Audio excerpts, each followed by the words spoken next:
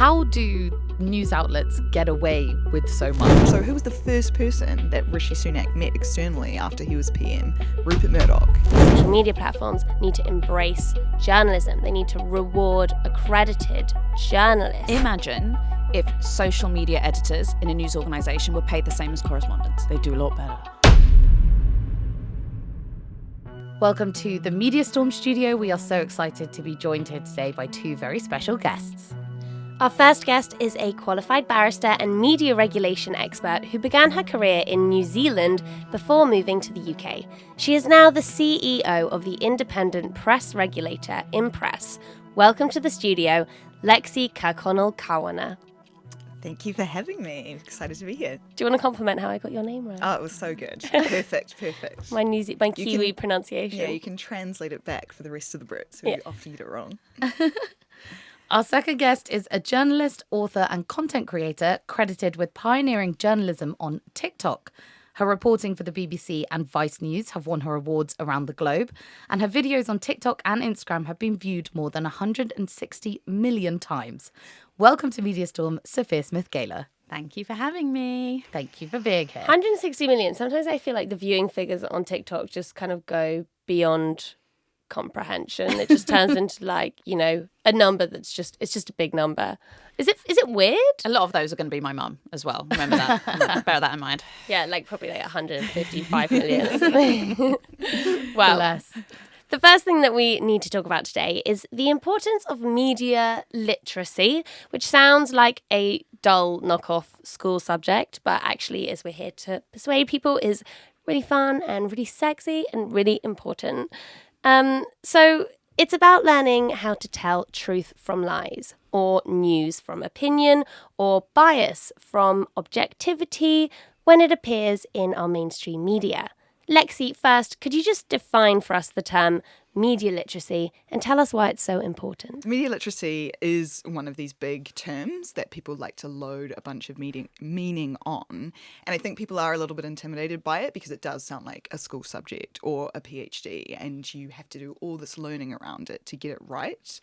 Whereas actually media literacy, I think of more as like a muscle that you build over time. And it starts with creating a little bit of friction and a little bit of pause when you're doing your doom scrolling, when you're doing your escapist media on your phone, watching the TV, etc., etc. And in doing that, you are able to just stop and think, right, why am I watching this? Why is this being presented to me? What are the questions I should be thinking about when I'm watching this? And are there potentially interests behind why I'm being presented with this? Maybe they're political, maybe they're financial. Does the person actually know what they're talking about? Have they sourced the information they're letting me know accurately and from a reliable place? And that sounds like a lot of questions to ask when you're, sitting on a post that's like 3 to 8 seconds long. But that's what I mean when it's like a muscle. You build up this automatic habit just to stop and think as you're going through the process of your daily media diet, right? So it doesn't have to be this big, scary learning exercise. It can just be as simple as forming really good habits.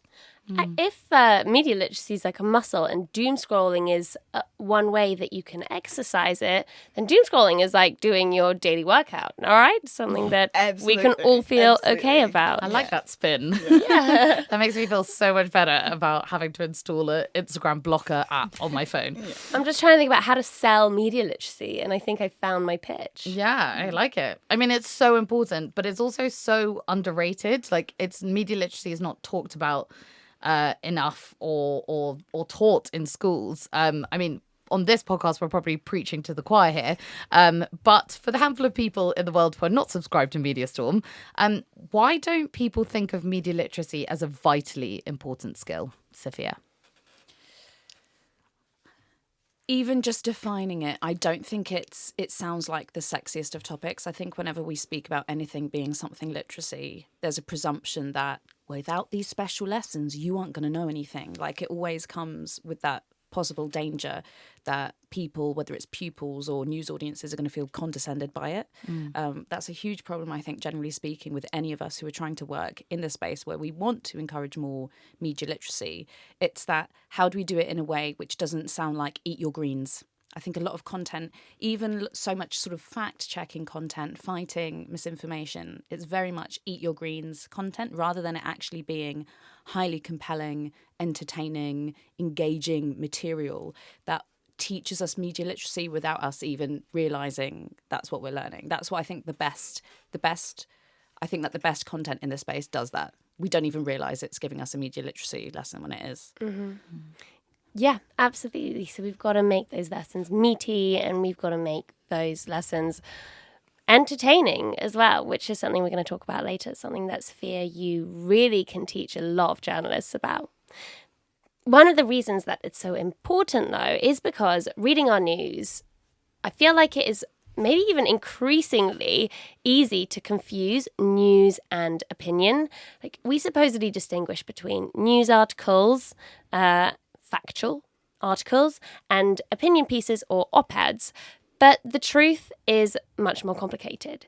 So last week, there was a former Daily Mail editor called Geordie Greig, and he gave a lecture about being fired from the paper, and he strongly hints that the reason he got fired was because he was willing to give the Tories too much negative coverage.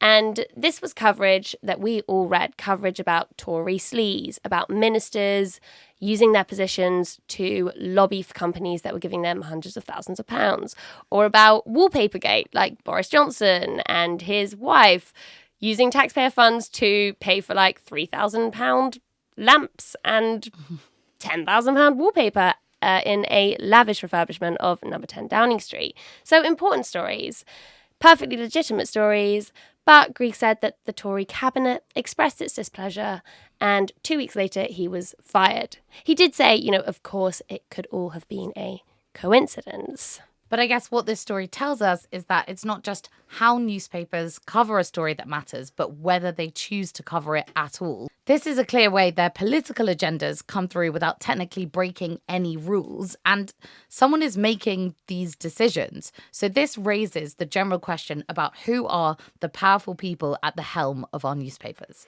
Yeah, we met working at the Evening Standard, and it's no secret that when we started there, the editor was George Osborne, who was the, chancellor for the Conservative government, Mr. Austerity.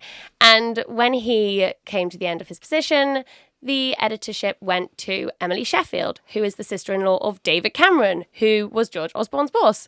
And the owner of the paper, also the owner of The Independent, is a man called Evgeny Lebedev, who's a close friend of Boris Johnson's, who threw Boris Johnson's celebration party after the election, and then who was made a lord by the very same man.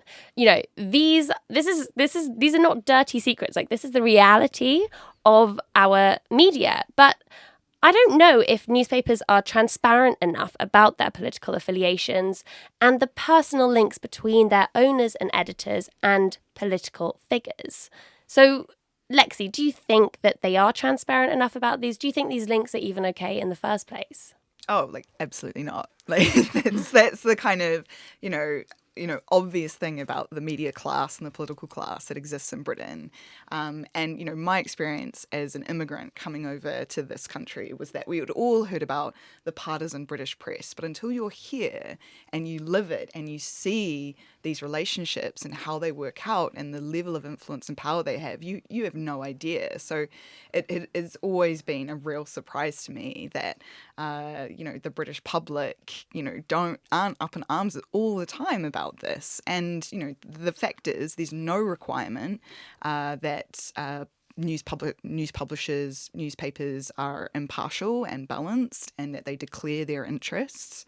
There's no requirement in law, and certainly the vast majority of them don't sign up to the kind of transparency standards where they have to tell us what their political affiliations are, where they have to tell us what are the commercial interests that sit behind their journalism and their editorial positions. And that means for the public, you're just navigating it yourself. And I've always, thought the effect of that is that people often have these kind of weird tribalism relationships with news here in this country. Like, people will talk about, I'm a Guardian reader or I'm a Daily Mail reader, and that will tell you more about who they are and their political alliances than if they were to say, oh, I'm a Labour voter or a Tory voter, right? Totally.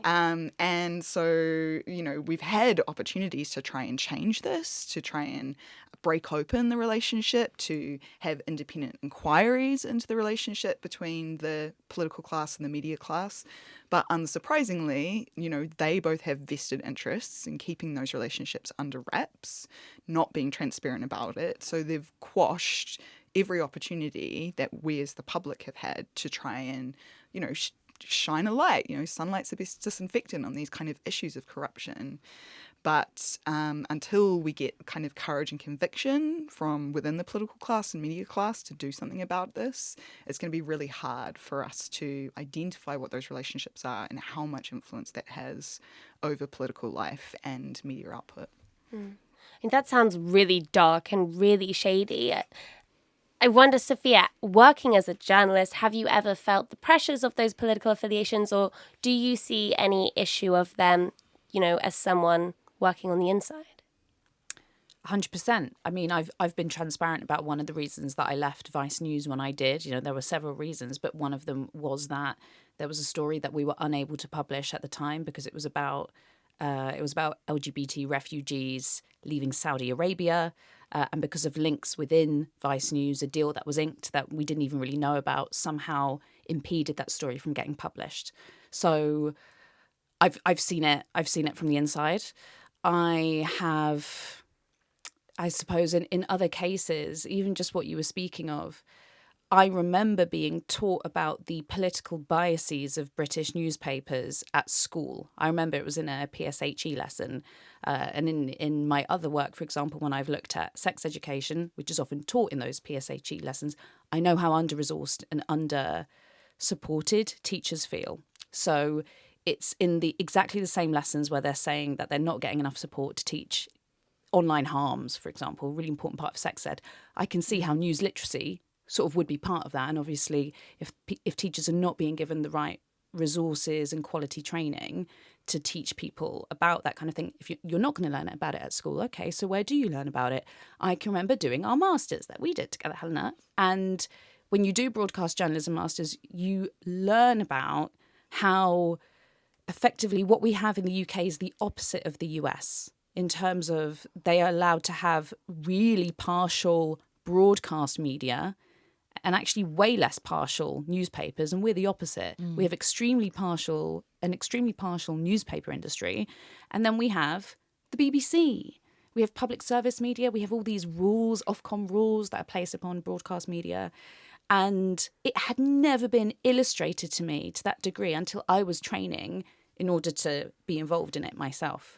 So it's quite scary to think that I had to get to master's level to get that kind of awareness around the news industry before I even entered it. That's something I believe everyone should be getting at school. Right. That's exactly what I was going to say. We had to get to that master's level to even be taught this. This is something that probably should be taught in schools more. I'm even surprised to hear you say that you did have a lesson on it in PSHE, because I don't remember that at all. No, I remember we had a fantastic politics teacher, and I reckon, for all I know, they put it in the class because they knew the value of it, and they just happened to be a really good teacher. But you're right that lots of people will not be taught about it at school. I really remember it because it never occurred to me that the newspaper I had grown up with, The Times, was not completely centre. I had grown up assuming that it was. And to hear about it discussed in this class as not centre was a shock to me, and that's why I still remember the lesson. So I needed that lesson to educate me on the possible bias that the newspaper may carry. It's so true, because children grow up in households, and as you pointed out, Lexi, households have quite tribal relationships with papers. So there will probably in that household be one paper. Mine, it was also The Times. And so that is the only news you're seeing, and that is what you take at face value for your entire childhood and adolescence, unless you receive early education about it. And the thing is, people find it really interesting. Like, this is what is so beguiling about where we are with media literacy and the relationship between partisan news in this country, is that you remember that lesson, because I bet it was a really exciting lesson and you felt like you were being kind of shown this new world of media that sparks a passion, because people are passionate about media. People love to talk about it. Because it's not just a new world of media, it's a new world, right? If the paper through which you've been viewing the entire world, the political world, the outside world from the UK, suddenly turns out to be just a narrow lens, it blows open a whole new world. You know, the media is everything. The media is whatever you're passionate about, whether it is gender justice, whether it is sex education, whether it is politics, whether it is world news, foreign policy. That is the media. And so that's why it is exciting to have those lessons. Now, obviously, this is an election year, and we have seen actually quite an extreme example of this blurred line between political news and political propaganda, and it's been coming from the parties themselves. So some MPs have been distributing campaign leaflets that were formatted like newspapers. And they have titles like Tunbridge Wells Telegraph or West Dorset Courier. Now, in the run-up to this election, the Press Gazette has counted 9 faux newspaper-style leaflets by the Lib Dems, 4 by the Conservatives, and 1 by the Green Party. Most of them disclose that they're paid for by parties, but this is often in relatively small print, and a number of journalists and media groups have been getting upset about it. What do we think of political parties doing this, peddling their own faux newspapers during elections? Is it bad behaviour, or is it just not really that big a deal? Oh, they're absolutely having a laugh, and they're laughing at our expense, right? Because this is exactly the type of thing that undermines all those media literacy efforts, because, you know, this is election campaign material and they're saying, oh, this is your news. And the parity we're talking about, those relationships between the political class and the media class, is this in the extreme, right? So we've taken a really strong position on this, that this is absolutely unacceptable behaviour, particularly if you're thinking about your voter and your public and their interests. We know people really, really struggle to distinguish between news, facts, news opinion, and the formats they come in.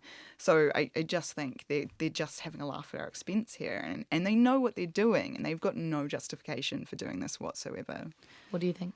I have a handy solution, which would be whoever who regulates that space, who regulates like political leaflets, for example. Technically, political media is covered by the Electoral Commission, but they just don't have powers here. Yeah. Well, if the Electoral Commission don't already say that the bit where they have to disclose this is a paid whatever from the Conservative Party, for example, that they have to enforce a font size. Oh, that's good. Yeah. To declare it. Yeah, they have to, yeah. If you do a printed leaflet, 72, something like that. I mean, honestly, like, I agree with everyone here. I don't see a justification for it. Like, it's just quite obviously giving political propaganda the fake credibility of factual news. But some journalists did disagree. Like, I saw on Twitter, the political correspondent at the Daily Express wrote, you know, oh, it doesn't confuse readers. Let's, like, what was the line? We don't need faux shock and outrage about it. And I thought, well, I agree only to the extent that if the Express declared outrage about this happening, they wouldn't have a leg to stand on, because they are so partisan, like, they have completely blurred the line. So I actually think that one of the only reasons political campaigners can get away with this is because our papers have totally blurred the line between news and opinion. Devil's advocate. Yeah.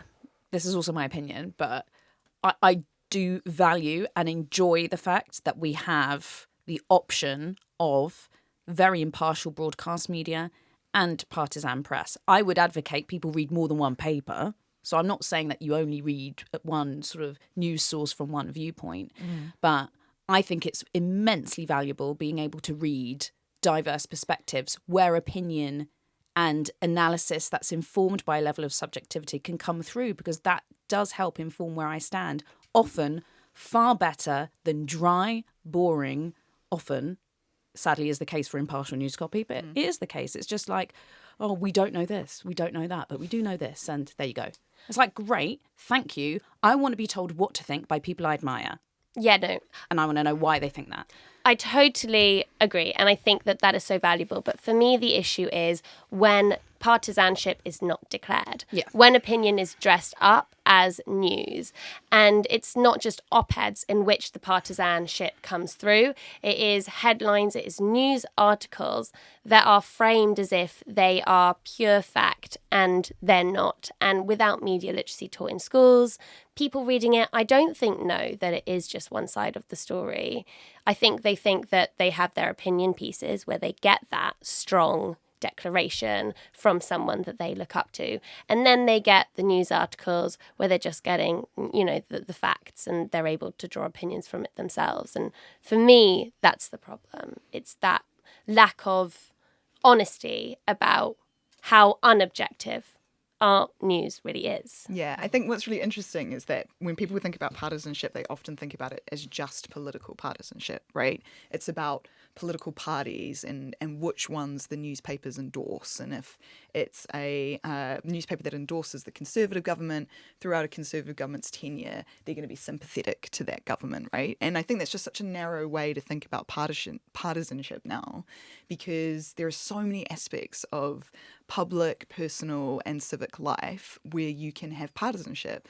Look at how LGBT plus reporting has totally distorted over the last 10 years. And you wouldn't necessarily say, oh, that's a particular stripe of newspaper that's doing it. But if I'm reading that newspaper because that's one in my home or that's my go-to, how do I know that the opinion has shifted within the paper's editorial position on this issue, right? And that is part of the transparency that we need. Is we need to understand what the editorial position is around so many aspects of public life, and you just have to kind of muddle your way through it, and not having that kind of balance, not having that transparency makes it really challenging to know what you're going to get when you're going to seek out the opinion and commentary of the news provider. I mean, hands held up, Media Storm represents its own kind of partisanship, by that understanding of partisanship, in that we bring people lived experience voices. We don't claim to be providing a totally balanced version of the story. We aim to be correcting an imbalance in the rest of the media. So we bring something that is particular, and there's hopefully that's okay, and there's space for that. But we do have to be very clear about the role that we see ourselves as playing. Yeah. So I guess the question now that we have to ask, though, is how do news outlets get away with so much? Or even do they get away with so much? Because isn't our press carefully regulated to ensure the key pillars of truth and accuracy, independence, fairness, impartiality? We have Ipso for newspapers and magazines. We have Ofcom for broadcasters. Why aren't these regulators then putting a stop to, bad behaviour? So this is a long story, and I'll try and give you the Spark Notes version. But essentially, where we are with news publishers in particular is that basically for the last 70 years, the newspaper industry has been broadly unregulated, and every decade or so there is a big scandal, a big breach of privacy, a big series of inaccuracies or discrimination that leads to this groundswell of public support to regulate the industry that the industry waits for that kind of peter out, and then they set up complaints bodies, ombudsman, which ultimately fail. And we're now in the 7th cycle of this, basically since the 1950s. Right, so like the government, there's a scandal, there's outrage, like the phone hacking scandal, the government calls an inquiry, some bodies are set up, and then nothing changes? And then nothing changes. Okay. And we're at this point now where we've been told for the last 2 of these inquiries, this is the last chance saloon. This is never going to be allowed to happen again. And yet the political class and the media class erode all of those proposals for a reform, quash them, and we end up back in the exact same place. So when you ask that question, is the press regulated? My answer to that is just no. And I can say that sitting here as a press regulator. No, they're not. And I can say that really confidently because the type of regulation where if you print an inaccuracy on your front page, which means that you then have to print a correction on that front page and be accountable to your readership, is not a requirement across the mainstream press. The requirement that if you breach someone's privacy and you cause them financial loss or harm, and therefore you have to put that right with compensation, is not a requirement in the regulatory terms that we have, right? So the regulation that is there is really just a sort of front to prevent this public outrage. But in terms of its effectiveness, it's been shown time and time again that it just isn't. So are the press regulated? My short answer is no. And I mean, even with the corrections as well, it's like if they do print a correction, it's usually like on the back pages in the smallest amount of font.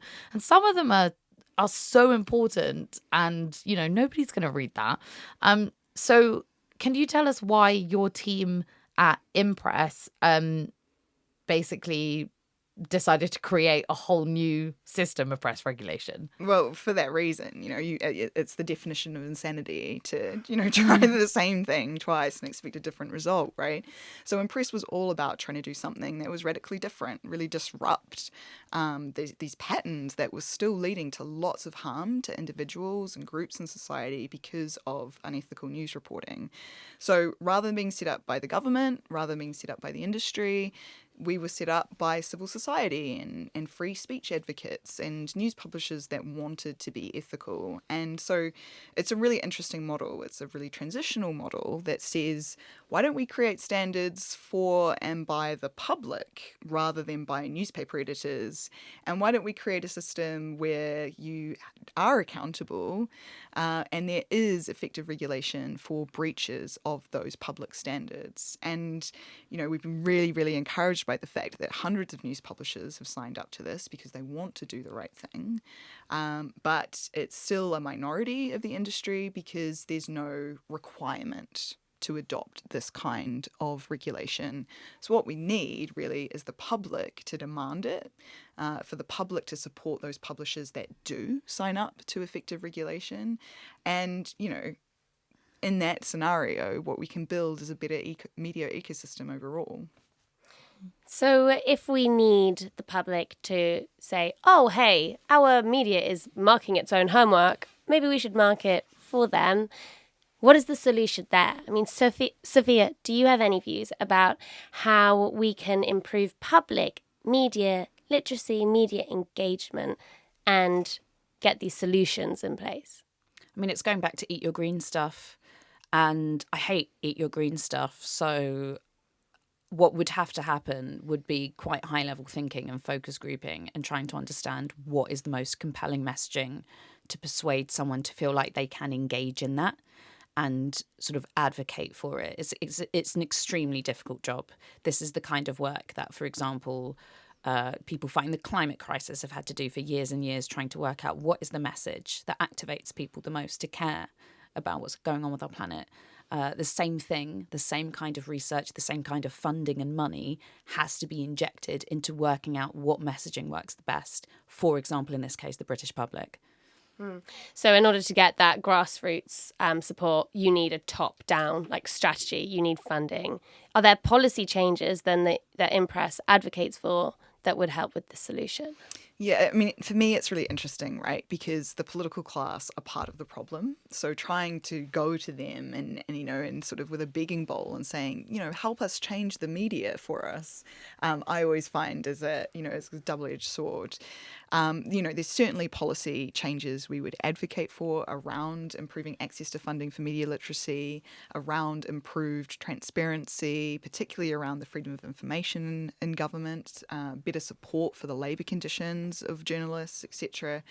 But as I said, asking one of those self-interested groups who want to maintain the status quo with media because it suits them, it's really difficult to get that change. So I would rather build a people movement around this and create media spaces, which we can, because we can all pick up our phone and share news and create news and participate in that. We don't need the permission of the industry. We don't need the permission of the government or political class in terms of policy to do this. So I would rather we be working in tandem with that than, as I say, sort of advocate for specific policies. Although, in an ideal world where you have a government free of corruption who is interested in building a better media, there's a wish list for sure. Yeah, that would be nice. I feel like that was sort of the eat your greens part of this discussion. Like, let's talk about media literacy, let's talk about policy solutions. And now we're going to talk about, that tasty dessert type of journalism. So what's up next? Yeah, so when it comes to election reporting, one of the biggest issues is to do with the mainstream media's failure to engage some young voters in the conversation. This is a general problem with news that isn't just about elections. Over the last 10 years, the number of under 35s claiming to be extremely or very interested in news has halved from 64% to 32%. That's according to the Reuters Institute. So when it comes to elections, what we often see is young people not voting. And this is terrible for democracy and for our country's future, because those young people are the ones who are going to be voting with the country's future in mind. So in a minute, we're going to talk about the role of media in fixing this and social media. But first, let's just talk about the role of politicians, because they consistently seem to neglect young people and the issues that matter to them. When I was on the brink of voting, uni fees were tripled at the click of a finger by a coalition government who literally promised us they weren't going to do that. No party has, made any pledges to do anything about student fees in this election. And it's not just that. Today's defining issues for our young people are climate anxiety and the housing crisis. And these were the first policies to get ditched by both Conservatives and Labour in the run-up to the election. Sunak's response to when will we become your priority is national service. He is literally laughed at. Is this an issue that we see? Politicians neglecting young people? I think you've just explained very well how, if you just look at their policy record and the first policies that have been binned before we even got through like halfway into any election campaign, I think it's really clear that we're not prioritised or valued much at all.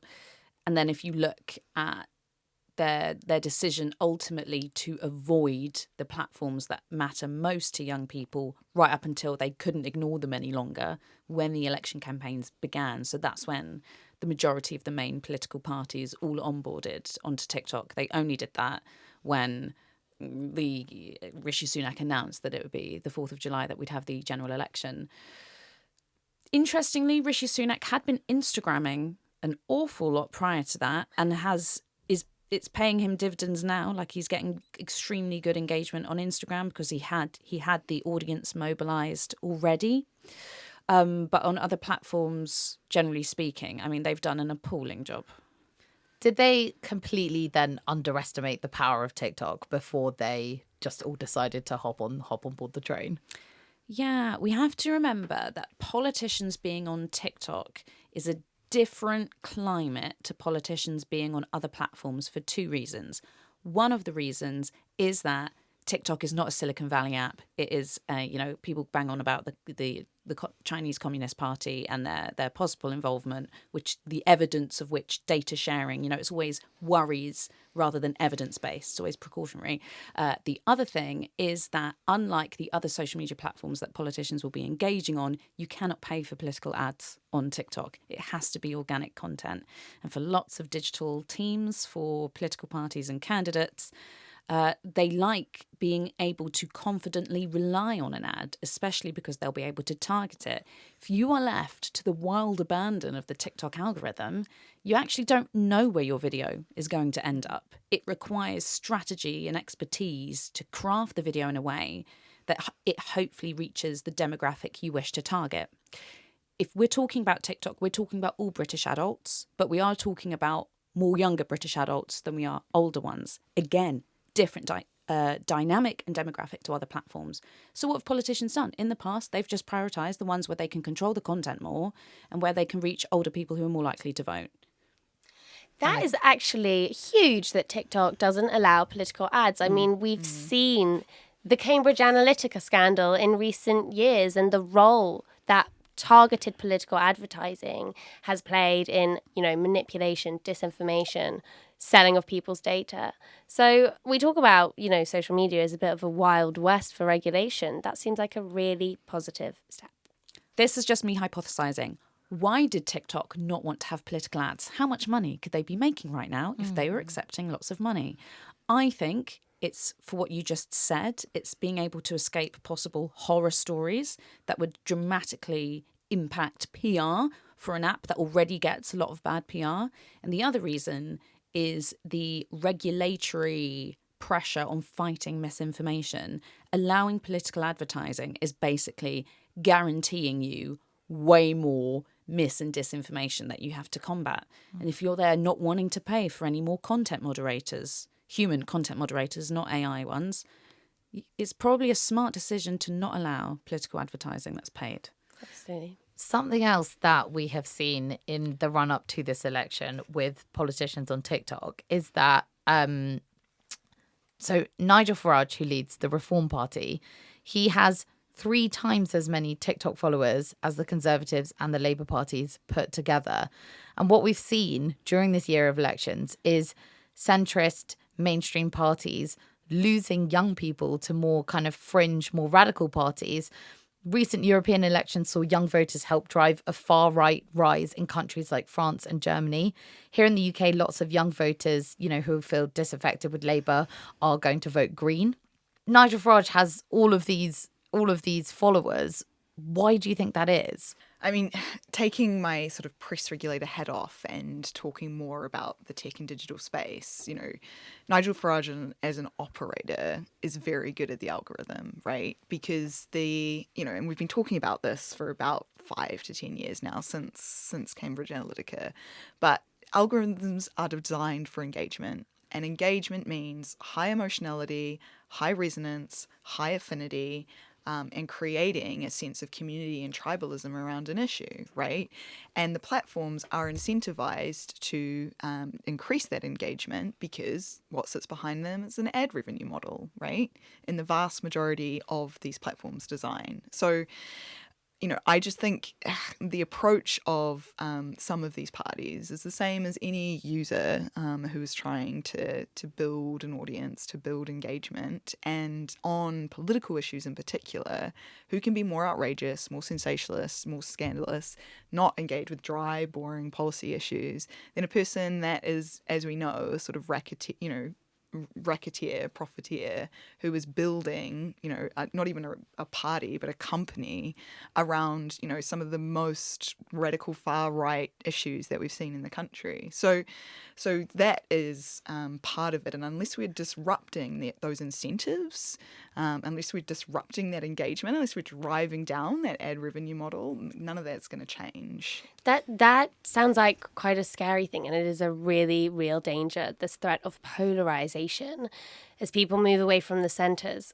But I wonder whether, or it's a potential solution to low voter turnout among young people and people's frustration at the slowness of change, to break up the sort of two-party system and bring in more radical disruptors. What do you think, Sophia? Is this a good thing? Is this a bad thing?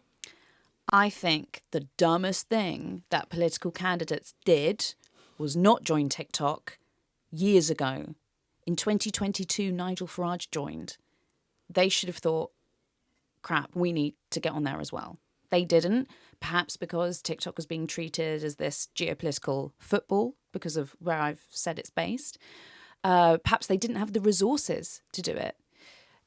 You said earlier about why is it fringe parties seem to do well. They always stand the most to gain from platforming themselves on social media and using the rhetoric that you've described because they have the least to lose as well. When content doesn't overperform, when it's less than engaging, it's fine. They just throw stuff at the wall. They see what sticks and they keep going. in a way where they're kind of held a little bit less accountable than the Conservative Party or the Labour Party would if they were trying to do the same thing. The second dumbest thing that they've all done is the election gets announced and we see all these political parties flood the app. We do not see a rush of candidates. And when we do, candidates have been doing like raps on TikTok. Oh, it's so cringe, man. It's so bad. Nigel Farage hasn't.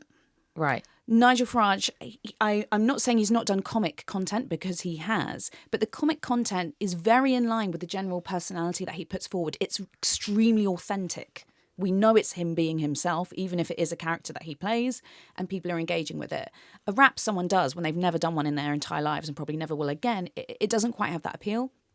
And for all these efforts and resources and hires being pumped into making content for the political parties ignores the fact that people go to TikTok for personalities. They do not go to them for organisations. So if you are just going to put out memes about I don't know what, rather than centre on building up candidates who can have their own audiences, who can create even hyper-local content that goes straight to their constituencies. It's not necessarily about getting millions and millions of views. It's about them getting the views that matter within the constituency that's going to vote for them. We just didn't see any of that. And I am talking TikTok 101 from 2019. I'm not even saying anything that's like, news just in, algorithms change for 2024. This would have worked in 2019. They didn't do it. They didn't do it in 2020, 2021, 2022, 2023. It's been years. What have they been playing at? You're right. It's so disingenuous to open these TikTok accounts just as an election's coming up, because then you are only interested in engaging the people on TikTok for their votes. You're not interested in engaging with them as their policymakers. And this is the issue maybe with political outreach on social media. Yes, it's so important. We need to figure out how to engage young people in the conversation. But memes, it's so easy to make a meme about Rishi Sunak announcing national service being like Lord Farquaad from Shrek. What it doesn't do is promise them anything real. Really important to point out that there have been political candidates who have taken TikTok seriously and have been on there a while and have reaped rewards from doing so.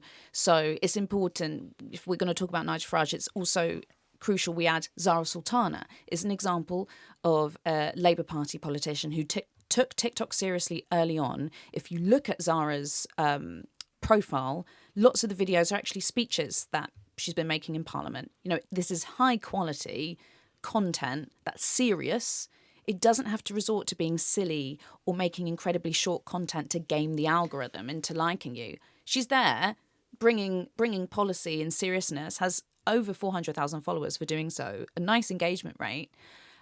She is an example. If we talk about Labour, she's an example for other candidates. There's been not as many followers, but someone who got onto my For You page was Dr. Luke Evans, who has been an MP for the Conservative Party. So there have been examples of people who know what they're doing. Rishi Sunak is an example of someone who has a team who really knows what they're doing on Instagram. And for whatever reason, they've chosen not to translate that to TikTok, to great failure. That was really silly of them. And the point is that this is not party strategy, right? This is individuals making that choice. And I think this is, again, to bring it back to this issue of the relationship between the political class and the media class. It's because these parties prioritize traditional mainstream media as part of their communication strategy because they still believe in the influence of these media outlets in swaying elections and voters. And it's such a out of touch view of the media landscape and how consumption works now, right? And my biggest issue about this is, how that plays out on the other side of elections. So who was the first person that Rishi Sunak met externally after he was PM? Rupert Murdoch. And how many meetings did they then go on to have with newspaper owners across the country, rather than sitting down and thinking about, if I want to communicate with my public, if I want to communicate my policy and my leadership and my vision, why don't I meet the public where they are and using the media, traditional media, as a vector instead? Rishi Sunak has made several videos inviting content creators on and has been making collaborations incredibly smartly. For example, when he announced the ban on vapes, I can't recall the exact policy, but that was a big part of what he was doing, wasn't it? He did an interview with one of the most popular TikTok doctors about that. He has worked with finance creators when he's been talking about economic policy. That is the kind of strategy that I'd recommend and is incredibly smart. Obviously, it also has to come alongside policies that do actually are of importance to young people, which possibly has not, I would argue, happened in his case. But that is an example. I mean, that's a kind of two-tier media strategy. You meet trad media, and then when it comes to meeting social media people, news editors are not the important people in that space. The important people are high-profile content creators. So this is possibly an example of the first prime minister in British history who did both. What's going to happen is that it's not going to lead him. You know, it's very likely that strategy is not going to lead him to electoral success. Yeah. It's so like the politicians getting on TikTok just for the election and then doing raps and like using popular memes. Like, it's so patronizing. You just think, like, do you think we're stupid or something? Like, do you think that young people who are on these apps like can't see through exactly what you're doing? I mean, they can, right? I think it's also really important to talk about, I mean, we often talk about politicians and journalists in the same space. We know there's a lot of cross-pollination between the genres, as it were. Both industries, communities, whatever you want to call it, their vice-like grip on Twitter and refusal to go on any other platform to platform their work is something that still confounds me. And what happens is, because they don't take the platform seriously, when they are finally forced to go on there, they have absolutely no idea what audience needs or appetite is. So I know that the first video from the Conservative Party, for example, was Rishi Sunak saying something like, I can't remember the line verbatim, but it was something like, sorry to just, interrupt your politics-free feed. Yes. And for so many users in the UK, our feeds are not politics-free, but the people who are giving us that information, the news and information content that may refer to political issues, tend to be content creators, because not only have politicians abandoned them on there, journalists have abandoned them on there. So they're not going to be getting that high quality information from the political class or the media class, and they end up getting it from the creator class, which fluctuates massively in terms of quality of content, authority, and research. Yeah. I mean, look, it is definitely about ignorance, but I agree, Lexi, I think it is also to do with those elite ties between political elites and media elites. It's about entitlement. They are so set and dependent on, they are so well set up with these backdoor access to huge platforms, huge funders, massive corporate influence, and they think that that's enough. And that's how these mainstream centrist parties have been operating for a long time, and how they think they can get away with continuing to operate. And then you have people like Zara Sultana, who you mentioned, Sophia, who is trying to come in through the system, trying to go with Labour, not come in through the fringes, not play into polarising, radical, maybe disruptive groups. But she does want radical change. She's not afraid to speak her mind. She wants the change that young people want, the people who are frustrated want. And she's trying to bring it in through the system, to get on TikTok, to say things that most people in the Labour Party would probably be afraid to say. But it's so hard to move these centre organisations. And because they have these such tight relationships with media elites. The media as well, when they come out and endorse parties for the general election, they rarely flicker from Labour Conservative from the two-party system. I think The Sun is in a really awkward position right now. They're one of the only papers, maybe the only paper, who hasn't really announced their endorsement, because they're always Tory, but they know their voters are just, their readers are just not going to want to vote Tory. And everyone sort of resisted Reform and Nigel Farage. Everyone in the media has resisted endorsing Farage. But so Farage has to come in through these alternative media routes. He has to get on TikTok early, and he has to speak to people in a language they understand, and it's working. So these, elitist media political ties are maybe starting to work to the disadvantage of these parties that have become complacent and entitled, and that everyone is now lost faith in. I think we would all agree in this room, we're really seeing the death knell of that class kind of stitch up though, right? Because when we look at anyone under 35, they will tell you their main news sources are not mainstream broadcasters or newspapers. Their mainstream news sources come from social media sources, and often it's through affinity with particular creators that they build up their news diet, right?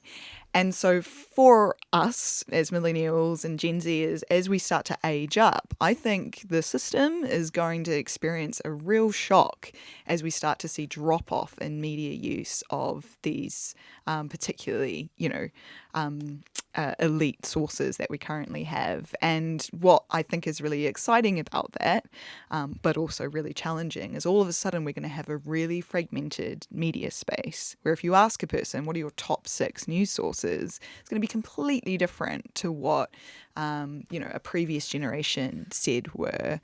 And it does mean that we're entering this really new territory in terms of influence and effects and determining, how news and information is exchanged and shared between us. And I think for us, it's about wanting to be there where that happens and make sure that ethics and accuracy and integrity are wrapped around what emerges. So if we are entering that new territory, social media can be a great way to engage youth voters. We've spoken about that, engage young audiences, but it can also be a minefield. Like, disinformation on social media is rife, and we're not going to pretend, that it isn't. An investigation earlier this week found that posts from 10 bot-like X accounts spreading disinformation and hate have been viewed more than 150 million times ahead of the UK election. AI has brought a whole new level to this, with deepfakes convincingly impersonating politicians. And while press regulation is flawed, as Lexi, you have explained, social media regulation doesn't exist. Anyone can be a journalist on social media. How do we enforce journalistic accuracy and fairness on social media? Sophia, do you want to go first?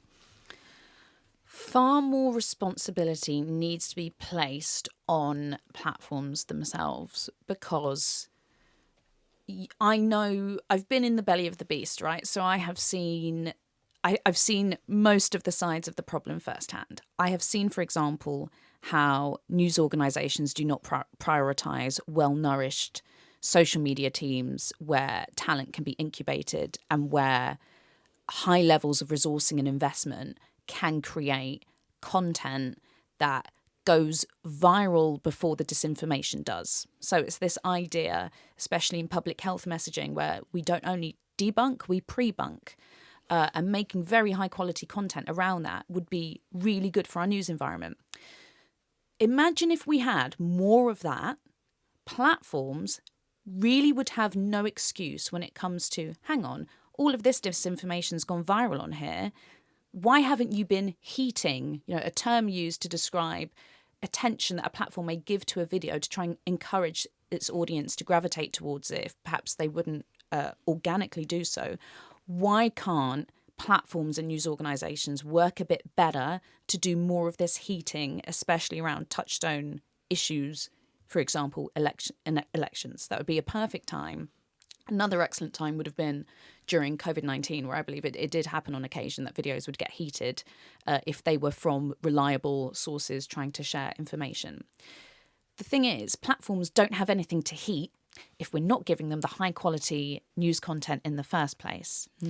I would also add, it's no longer I'm so pessimistic about news media and their lethargy in serving digital audiences that I don't know if it's even right for me to place even any interest on them anymore. I get the majority of my authoritative, high-quality health information from doctor creators. I do not get it from health news sites because they're not making TikTok or Instagram or YouTube content. But there are plenty of doctors who are doing so and making a lot of money.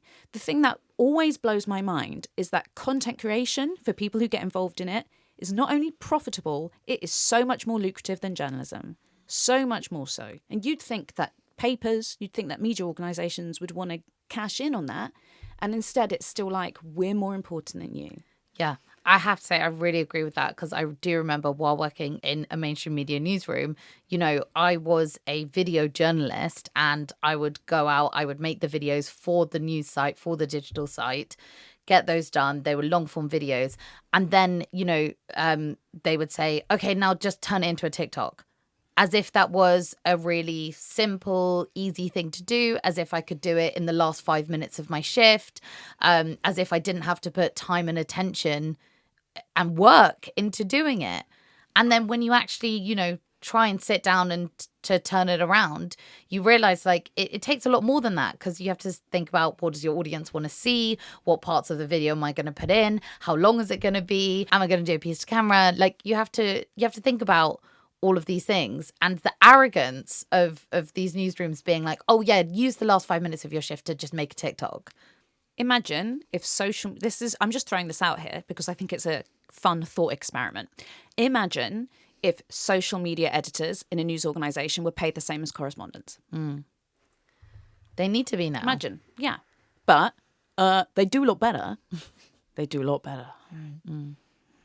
Yeah, I mean, it's really interesting in terms of how are we going to support a thriving alternative media where journalist creators are the ones that are the first stop if you need public health information, if you need climate information, if you need, civil defence information. And, we just don't see, the sector, we don't see the political class prioritizing this, but this is happening naturally through audience demand, right? And this is what's happening for our generation.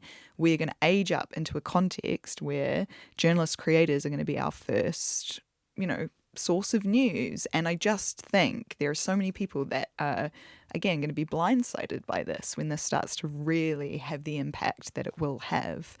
And again, the issue around the regulation of all of this is that online platforms definitely have a responsibility in terms of dis and misinformation, but again, they won't. The requirements and law are very light on this.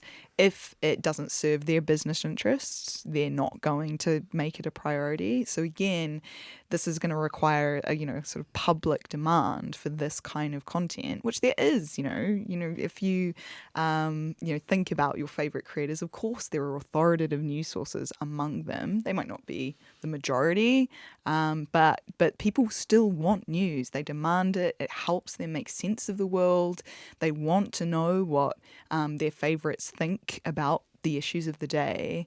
So news is changing, but we, again, need to make sure that in a way we're still wrapping around integrity, ethics in what they do. And that requires the journalist creators to also subscribe to those norms.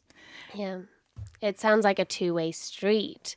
A marriage between journalism and social media could be amazing in tackling so many of the issues we've talked about today with disengagement and media literacy. And yes, the journalism sector needs to embrace social media, and the arrogance of old media is making it resistant to new media. But in turn, these social media platforms need to embrace journalism. They need to reward accredited journalists and fact-check information. And because of the funding model, they have disincentive to do that. But if we can solve those issues, there could be a really great future for journalist content creation that carries the credibility and the integrity of news outlets, but the engagement, fun, educational quality of social media. Yeah, I sometimes worry people think about this as like a story of hopelessness. Oh no, we're about to lose a news industry that is falling behind. We are not going to be able to get our news anymore. It's rife with dis and misinformation. I'm like, this is not a story of hopelessness. It's a story of opportunity.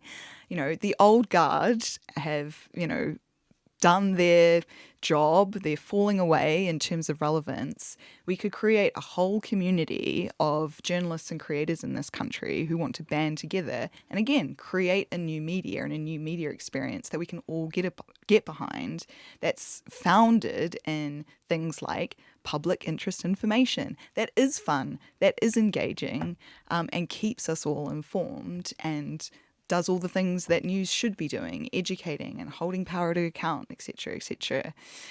So I am really optimistic about this because I think there's a really exciting opportunity for us to create something new and do it quite differently. And Yeah, you do both you agree? You both represent that. I was going to say a new kind of regulation and a new kind of journalism. Do you want more followers and do you want to make more money? Go on social media. Like, you're absolutely right to point out that it's opportunity. And I'm exhausted. I've been advocating within the news industry to take social media news more seriously for a long time now. So it's nothing new what I'm saying, but it's at this point, it's getting so exhausting. It remains mind-boggling why the uptake has not been faster. And yeah, I'm trying to think of something impactful to end on. That's fine. I mean, I think let's just end on you guys. You are doing it. You represent new kind of regulation. You represent, Sophia, a new kind of journalism. And so for our listeners, let's tell them where they can follow you going forward from this. Will you, Sophia, take us away, tell us where our listeners can follow you and if you have anything to plug? My main platforms are TikTok and Instagram. So you can find me on TikTok at Sophia Smith Gaylor. I'm on Instagram at Sophia S. Gaylor. And there you'll find my freelance journalism, the content that I make about language and languages, and any updates on my forthcoming book, How to Kill a Language. Ooh, congratulations. And Impress, we have a very old traditional website, impressorg.com, but we're also across all platforms, Instagram, TikTok and Twitter as well. And you can certainly find us there. My plug is just, try to be media literate, try to pick your news sources well. There's so many interesting new media out there that you should be following that are ethical, that are accurate. If you drive that demand, the journalism will follow. I've come up with my impactful final thing. Oh, great. Very quick. When you work in journalism, you hear about we need to reach hard to reach audiences all the time, especially if you work in social media. That's a really bad phrase. They're hard to reach. It puts the onus on audiences that they are somehow difficult or making it complicated for poor old you, the journalist, to make content that reaches them. You should be thinking more using the vocabulary of public health, which describes your services as hard to access. So we need to be looking at this less about, we need to reach these audiences online, and we need to think more about how we make our product, the journalism product that we offer, actually accessible. Thank you both so much for joining us. After the break, we'll be speaking to the host of The Turnout, the podcast looking at why only around 50% of young people bother taking part in general elections. That's right, the no-filter GK Barry will be with us, giving us her key findings from the pod. Welcome back to the Media Storm studio. We spoke earlier about engaging young audiences in not just this election, but politics more widely. So now we're going to speak to someone who's on a mission to do just that. We're so thrilled to be joined by content creator and no-filter host of Saving Grace and The Turnout, the one, the only GK Barry. Welcome to Media Storm. Thank you for having me. So we're going to talk about The Turnout. It's a little bit different to other content that you've been creating. Will you start by telling us why you felt this was so important for you to make? I did The Turnout because KISS approached me and said only 50% of young people actually vote. A lot of my audience is young people, and I'm actually quite clued up on politics because my family brought me up around it. So I thought, I'm the person for the job. And tell us, what were the biggest lessons that you learnt from the turnout? The biggest lesson that I've probably learned is that more the reason people don't vote, a lot of people think it just doesn't make a difference. A lot of people also don't know where to get their information, and it's quite hard to find unbiased places to get information from. So when you were speaking to your guests on the turnout, what did you discover were the most important issues to young people today? So it was mainly stuff to do with university fees, cost of living, being able to buy a house, and environmental issues. Exactly what I would have expected, to be honest, and exactly the policies that the parties leading were the first to ditch in the run-up to the election. I wonder, after doing the turnout, like, do you feel more hopeful? Do you think that you managed to encourage young people to vote? Definitely. I had so many messages from people saying that they'd signed up. And also, I think it's nearly doubled the amount of young people that actually did end up signing up this year. So that was amazing. So hopefully it has made a difference. Wow. That's so cool. That's fucking cool. I feel more hopeful going into the election knowing that there's going to be a bunch of young people voting. Okay, actually, No, honestly, I agree. Grace, we have got to ask you, after the discussion we've had today, looking at MP's social media game, do you think it's great that they're trying it, or do you find it just cringe? I think it's funny, and I'm glad that they're trying to reach younger people on these social media platforms, but I would prefer it if they sort of just named what they want to do and what they want to change instead of making funny videos. I think, the odd funny video is fine, but what are you actually doing is what I'd like to know. Yeah. Yeah, it's kind of patronizing, isn't it? Yeah, I just think put it in bullet points, 30 seconds, let it all out there, and then we can make our own decisions. Right, but actually make promises to young people, don't just make them memes. Absolutely, yeah, and stick to it. And stick to it. Do you have any kind of funny or favourite stories from the turnout? Any of the interviews you did that have really stuck with you? I just loved Alastair Campbell ones. He was so, I think he didn't know how to take me. And then towards the end, he said that if the percentage of young people went up by a certain amount, he would watch an episode of Love Island with me. So I absolutely am sticking to that. And I'm hoping it pans out because I want to see him watch Casa Amor. Oh my God. Where can we watch you and Alastair Campbell watching Love Island? That's the next Gogglebox. As I know, I will let you know. That is the next celebrity Gogglebox team. I'm sorry. Exactly. That's exactly it. And Grace, what about you? Who are you going to be voting for? Are you going to share that with us?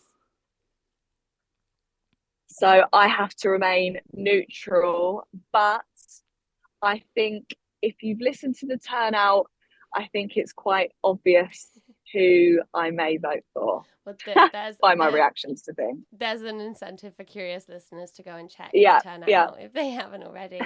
And you know what? I respect that because the most important thing isn't about pushing the party you want to vote for. It's about pushing people to vote, to use their vote.